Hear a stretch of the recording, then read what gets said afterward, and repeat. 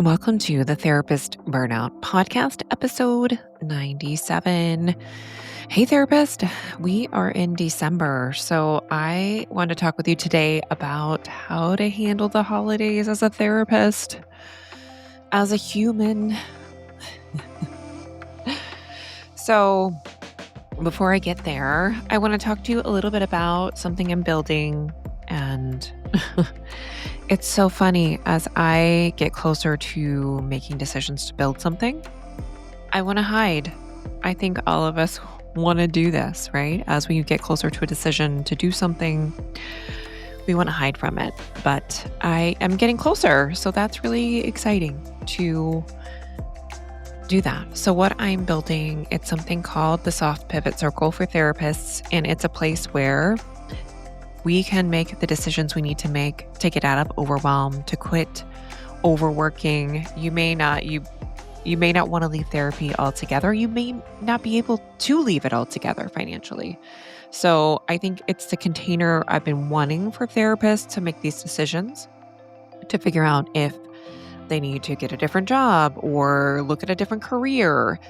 I think the big thing that I notice in this space is that, number one, we are just slow to move. Therapists are typically pretty grounded and risk adverse people. At least I am. I don't know about the rest of us. So I think making decisions in the way that your nervous system can handle is the way to go. And changing your career in incremental shifts is the way to do it as well. So, thus, the soft pivot circle will provide the space, the container that you need to make these decisions. And so I'm going to launch this in to the email list. I'm only going to offer this group to about 6 to 8 people. So it's going to be small. It's going to be run by me. And the price point will be very manageable. So around 200-ish a month for weekly support. And I'm going to be doing 90-minute deep dives every month on different topics. First, we'll focus on my structured rest framework, which if you want to know what that is, I did a whole series in the summer on structured rest about how to basically recalibrate your burned out nervous system. And I think anything that I do is grounded in that, in nervous system care and neuroscience. And so if you want to learn a little bit about my framework, it's there. And so we have to start from the nervous system because I think when we make decisions out of urgency, sometimes you have to. Sometimes if you just cannot put one foot in front of the other, you can't go to work another day, your health is screaming at you. You have to make a big decision. And sometimes your body makes that for you.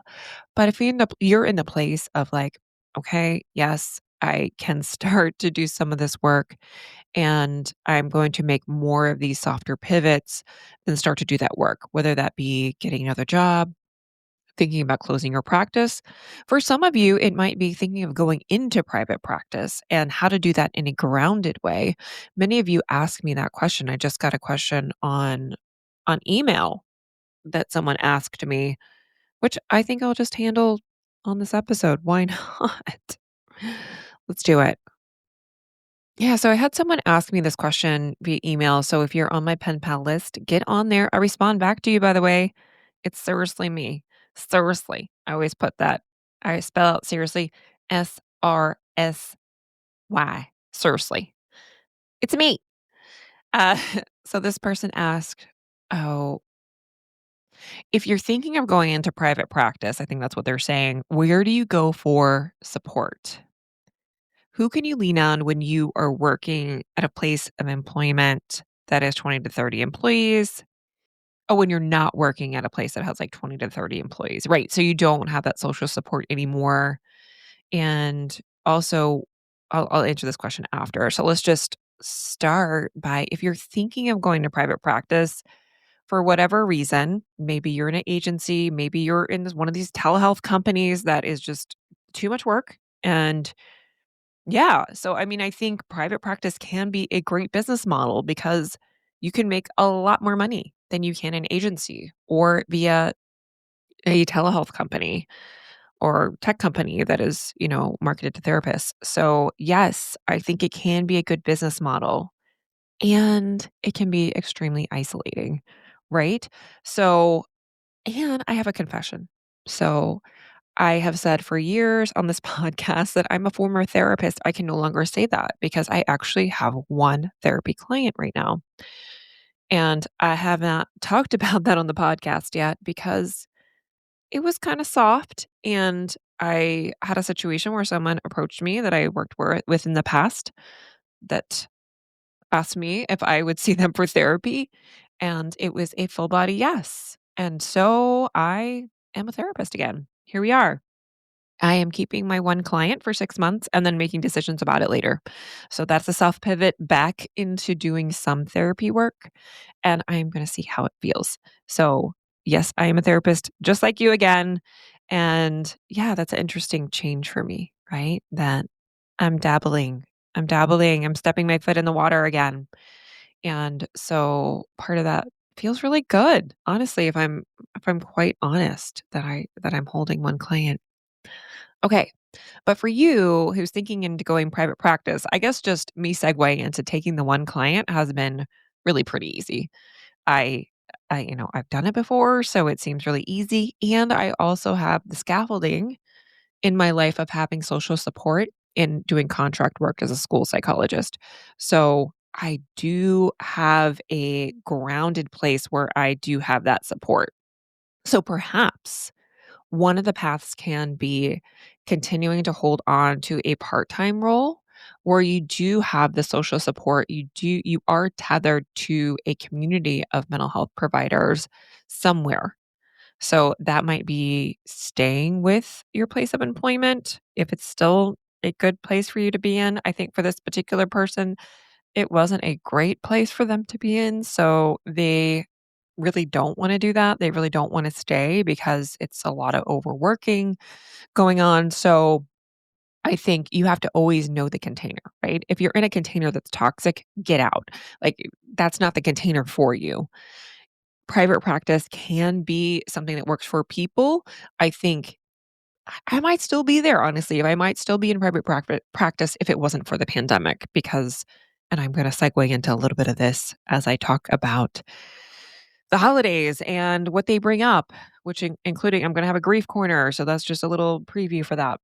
So, I would say know your container.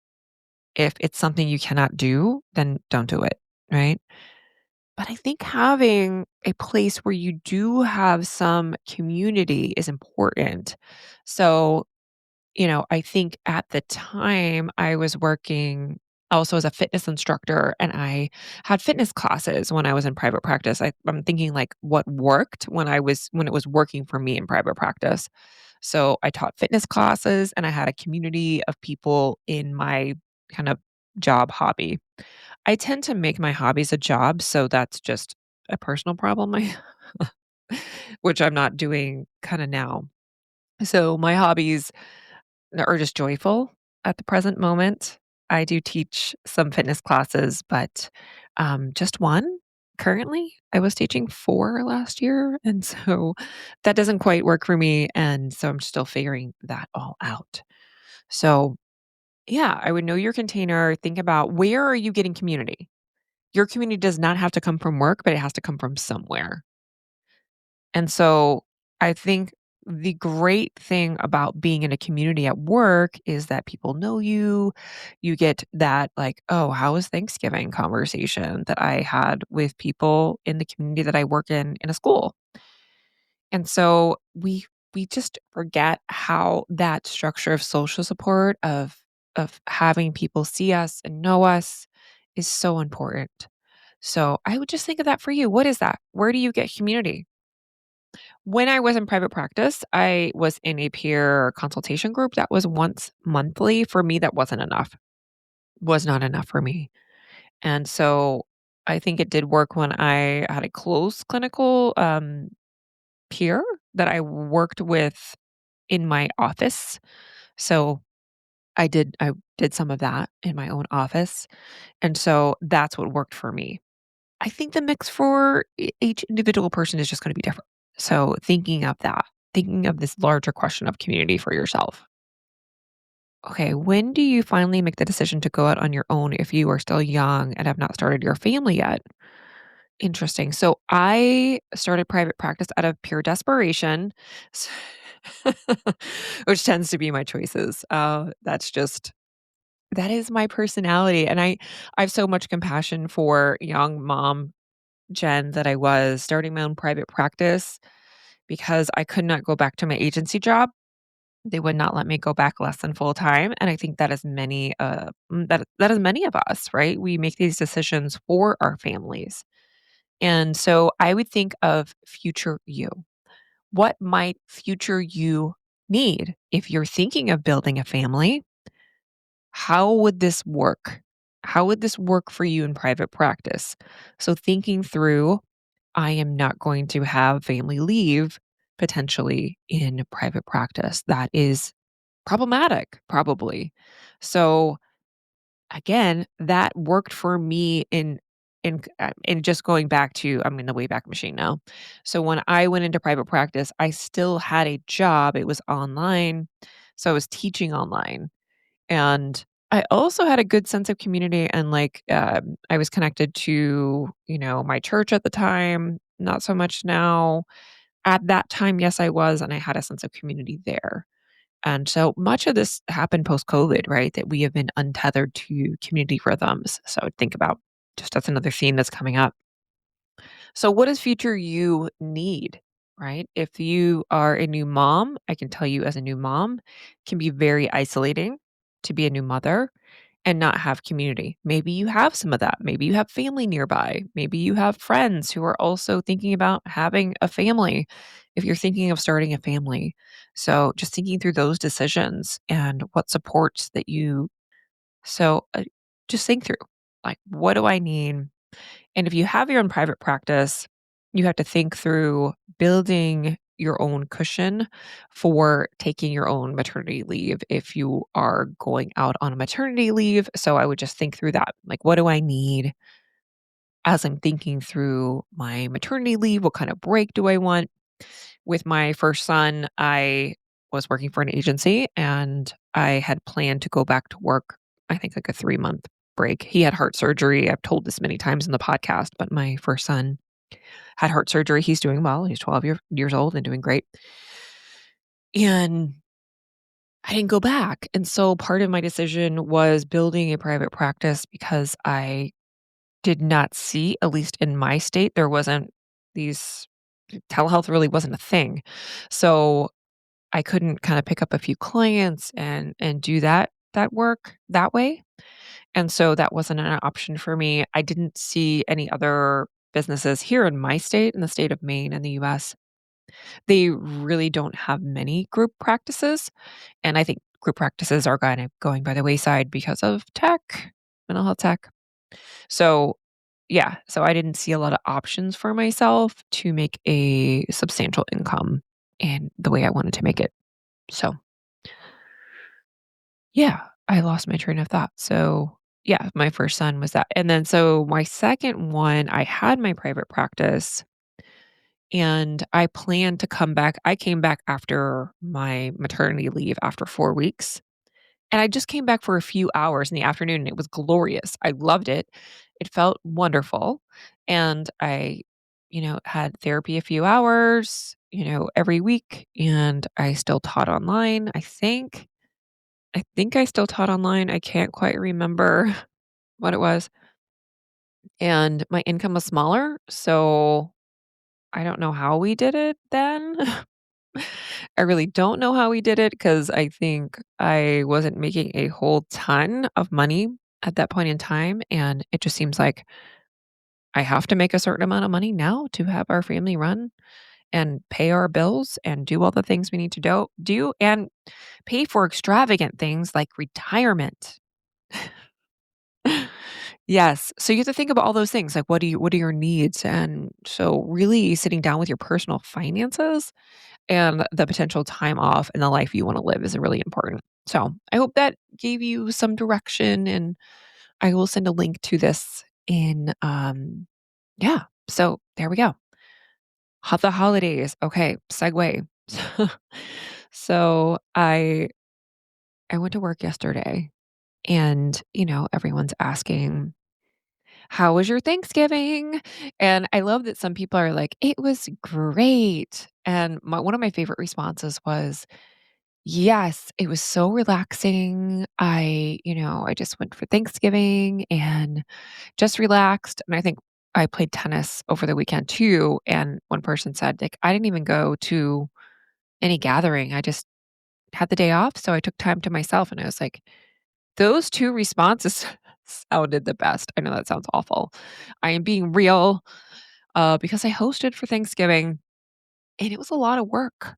There was a lot of great things in there. It was also a lot of work.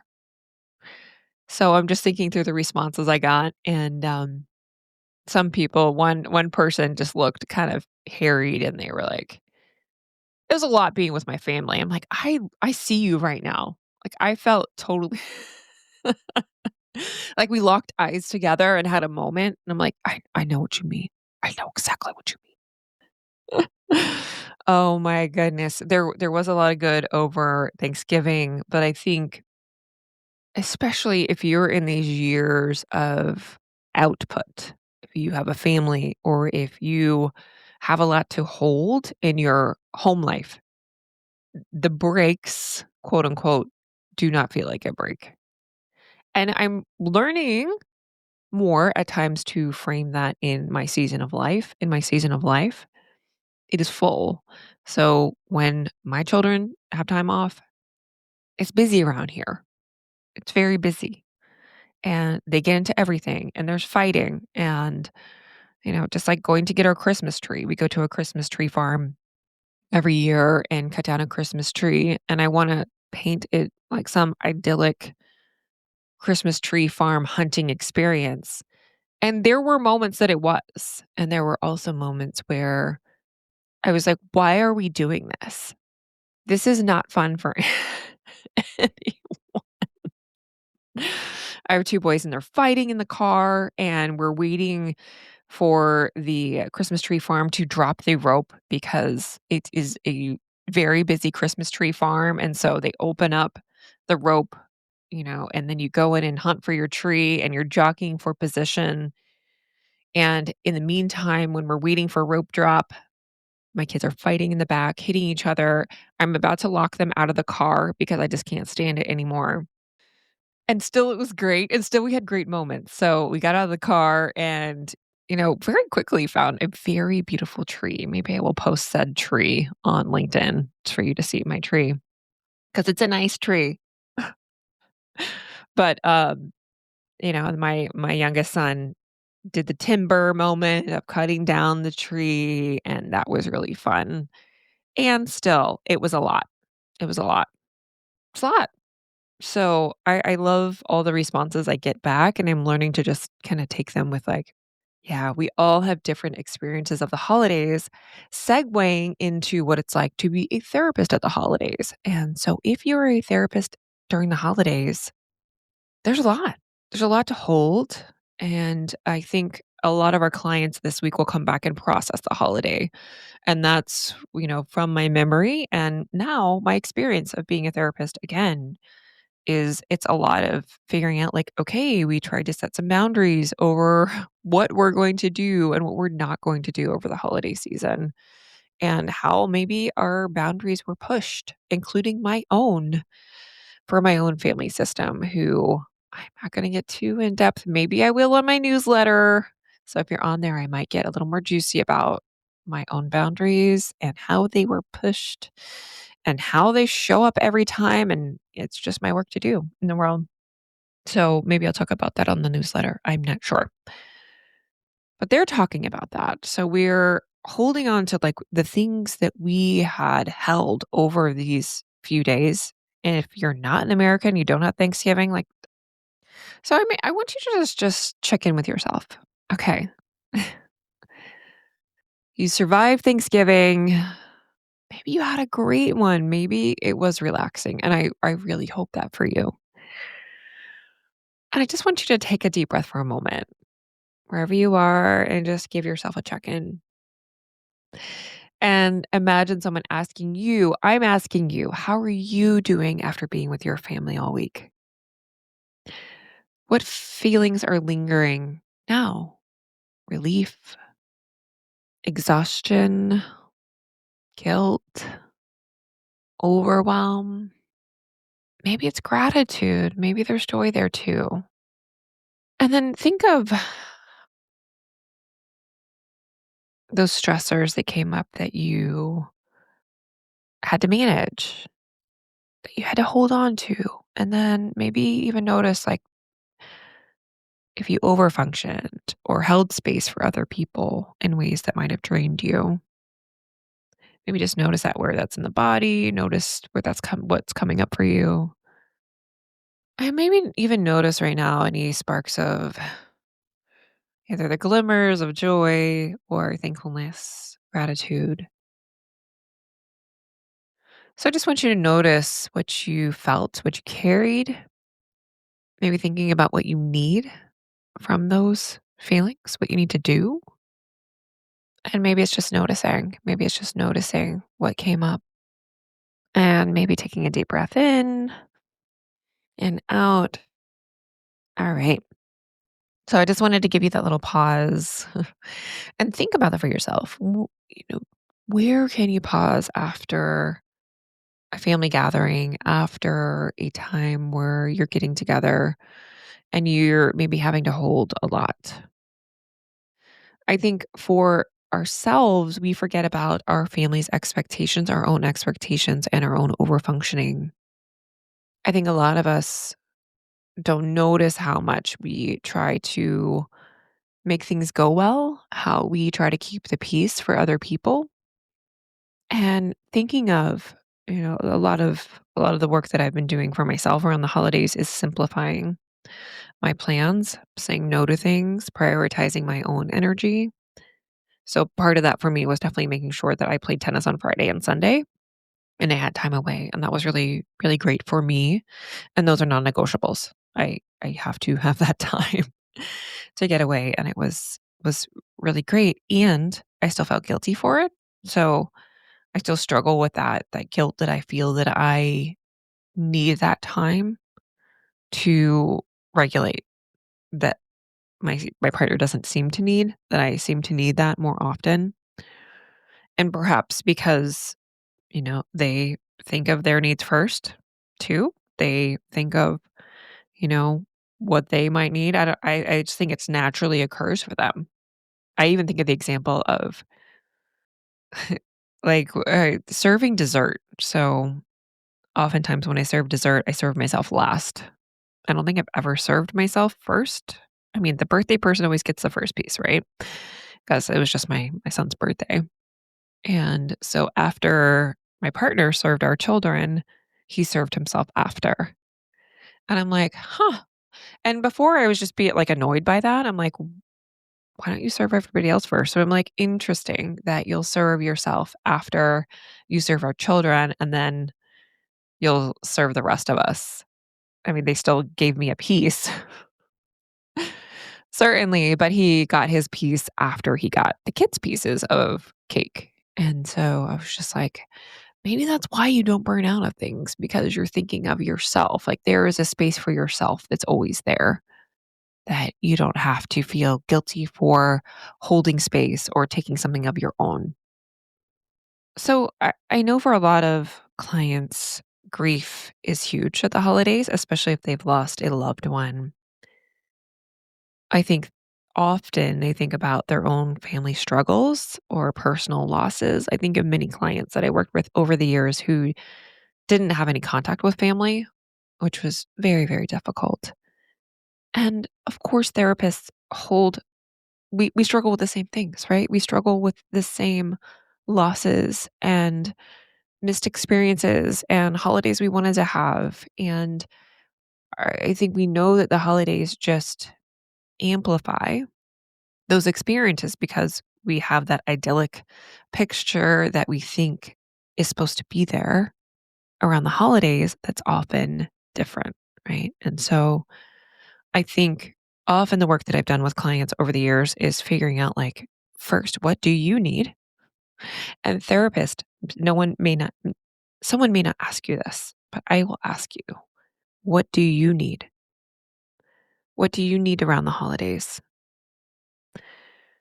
For me, a big piece of me leaving as a full time therapist in private practice was the grief I was holding for clients that I lost in COVID.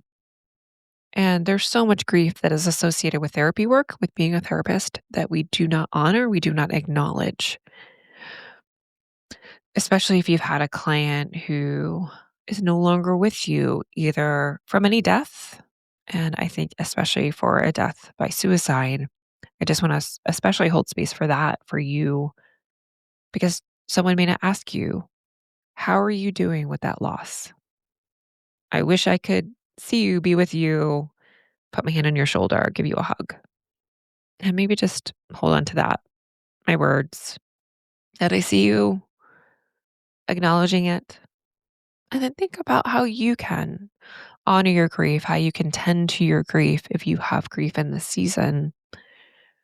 And I've done that in different ways, trying to make sure that I had a day, a walk even. I often have thought about grief walks. I've talked about on the podcast many times. These are also things that I talked about with my clients, of thinking about how are they tending to the grief during the holidays, where it can be more difficult to navigate grief because of past memories or experiences that you wanted to have with that person. So I wanted to segue into, how do you manage your energy in a time where it can be difficult for you with what you're holding from your family experiences, and also with managing your own clients' energy because they are potentially more dysregulated. And I think when we are stressed, it is that much more difficult for us to hold the space. So I think of building in that structure in each week, really taking an account of the week. Where is my time where I'm going to give my nervous system a break, where I'm going to have some time that is all for me? So thinking of a weekly break, a daily break, and even down to the hour, like thinking of, if you do 50-minute sessions, then thinking about really taking a brain break during those 10 minutes, breathing, walking. A lot of times we sit so much. I think part of what the change that I wanted as a therapist was the break from sitting for 20, 25 hours a week was pretty tough on me. So remembering, your nervous system really matters, and how to step back and reset is important. So if you need, I would just refer you back to my structured rest episodes, and just how you might think of a structure for yourself. I know a lot of you are also struggling with financial concerns. So during the holidays, we get a lot more cancellations, schedule changes, our clients reducing sessions because they are just too busy. And that affects our bottom line. And I think a little previewing, I work in school, so I'm also thinking about previewing. Hey, at the beginning of the holiday season or beginning of December, what does your schedule look like? I just want to make sure that I have the time to meet with you, and that we are keeping our weekly sessions, because I think it is going to be good. You're going to be more stressed during this time. So, previewing that for clients, and then telling them the real reality of, if you're holding a weekly spot in my schedule, I need you to make that time, because I'm expecting that income. It is a business, right? So planning ahead, trying to have that expectation. And there's different ways that we can say this, right? We can say, hey, we have a weekly session on Mondays. Does that work for you for all of December? And then going from there. Also, I think, if we know every December you take the week off between Christmas and New Year's, you have a reduced clinical schedule, that you plan for that. And maybe you can't now, but plan for that over the course of the year, that December is going to be a little lighter of a month. And come January, February, March, April, May, those are my biggest months typically as a therapist, that we know that those are the busiest months in private practice. But I think even giving your brain a different story is important. So telling it like, we plan for this. We know that, you know, my income for December is going to be 30% reduced, and we have planned for that. We have a plan around that is important. So, as we're closing this episode, I just want to notice that, this time of year is one of the best times of year to think about what you need because we are the most stressed likely than any other month out of the year in December for those that celebrate, have holidays around the world. It could be different. But there's so much opportunity to, I think, notice what comes up for us throughout the year. The grief, the joy, the weight, the care, all the things that you're giving, and then giving yourself permission for rest.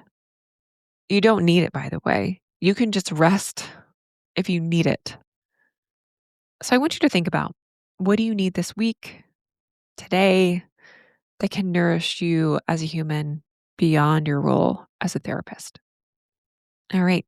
If you are interested in joining my group that is coming in January, it is called the Soft Pivot Circle for therapists who need a change. Either they are done with one-to-one therapy, they're done with overworking, they're done with working for a tech company, they want to find a different way, whether that be, forging a way into a sustainable private practice. I don't help people launch a private practice, but I can give you some ideas.